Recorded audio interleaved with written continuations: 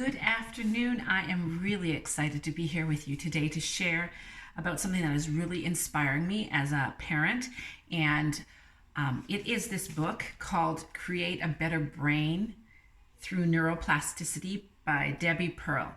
And it is written for mamas, but honestly, both mothers and fathers should read this book. And I'm honestly going to say this is a must read book because it has inspired me tremendously.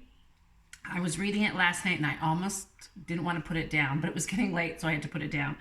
But it has totally inspired me, and it's because Debi takes the simplest activities that we're doing for our kids, such as singing to them or having a conversation with them or roughhousing with them, and she shows how that helps our children's brains to develop. And she also shows that when we don't do certain things, such as those things like rough housing or allowing our children to run outside and play and things of that nature, she shows that how it can cause our children's brains to not develop properly. And she substantiates all her information and her research with studies and articles, and so is very well researched. And that was really surprising to me. I did not know that there was so much out there that could be accessed, and she put it all within this book. So I wanted to share some things that just caught my eye. And so let me start here. I tagged some of it, and she says the brain grows in direct response to any and all stimuli. And that is her basis. And for instance, there's an example. A baby's brain does not interpret the flashing screens of digital media.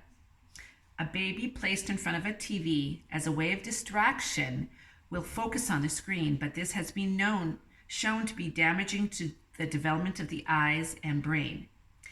They need to be in a real environment where they are provoked to use their peripheral vision and experience depth of field. And digital viewing promotes tunnel vision. And she goes on to explain more about it. And she says the screen holds the attention of the child, but leaves the brain undeveloped.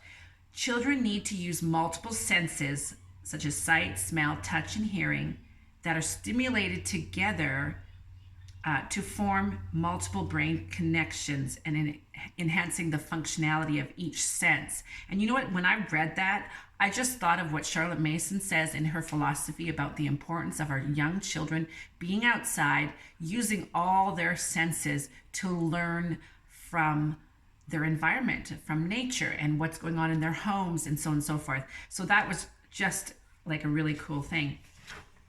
Another thing, so many things caught my eye, but let me see here. She said, I did not know this. This was really, really interesting. At birth, the baby's brain has an unusual opportunity. It can differentiate between all the 800 sounds that comprise the world's language. I did not know that.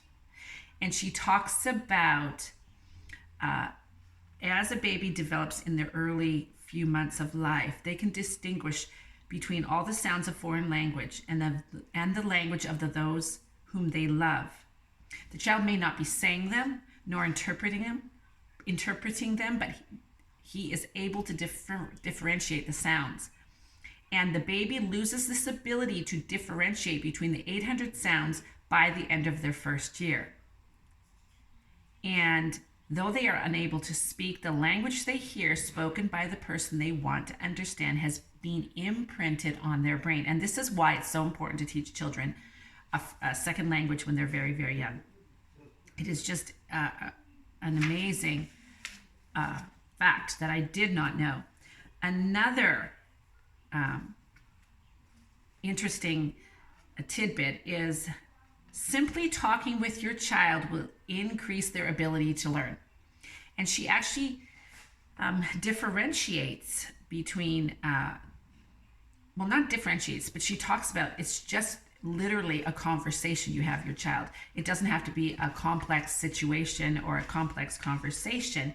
It has to do with just conversing with your child and how that develops your child's ability to learn, and it gives meaningful brain development and language development.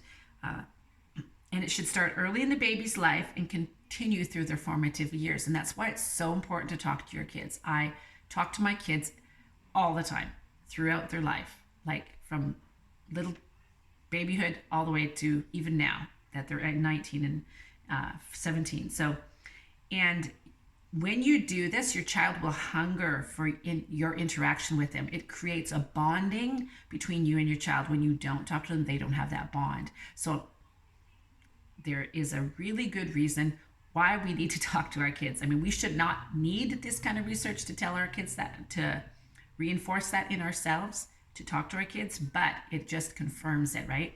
And then she goes on to say that Deuteronomy 11:19, it says, "And ye shall teach them your children, speaking of them when thou sittest in thine house, and when thou walkest by the way, and when thou liest down, and when thou risest up." And that just tells me that we are to be in conversation with our kids all the time because they need us to talk and we need to talk to them. And it just really builds up our children tremendously. And I would say that's going to build up a really strong relationship with you and your child, and it'll help build their faith because you're going to be in communion with them, and their hearts will bond with yours, and they will connect with you that way. She has many other interesting things. I'll share one more thing, which I thought was really, really interesting.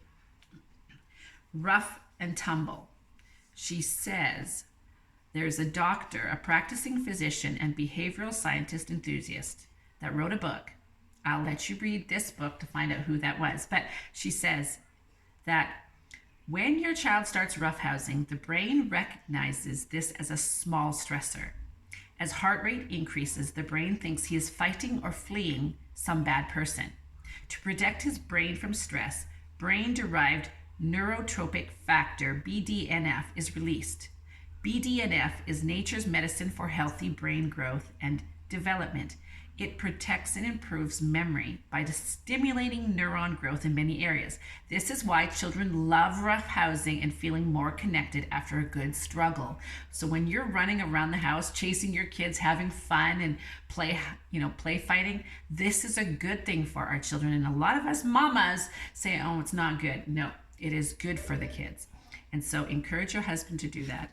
And she goes on to explain things. And it's just so interesting what I read, and it just makes me want to just continue what I'm doing.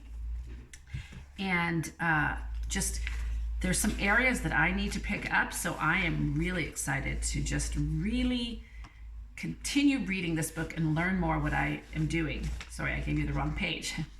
And so she talks about music, she talks about schooling, she talks about play, she talks about screen time, brain-gut connections, mindfulness, and so on, addiction, and so on. And so it's a really good book. You should definitely get this book. So if you have not got this book and you would love to get this book at a discount, come talk to me. I would love for you to get this book at a discount price, okay? And just send me a message or a comment in the comments below, and I will connect with you.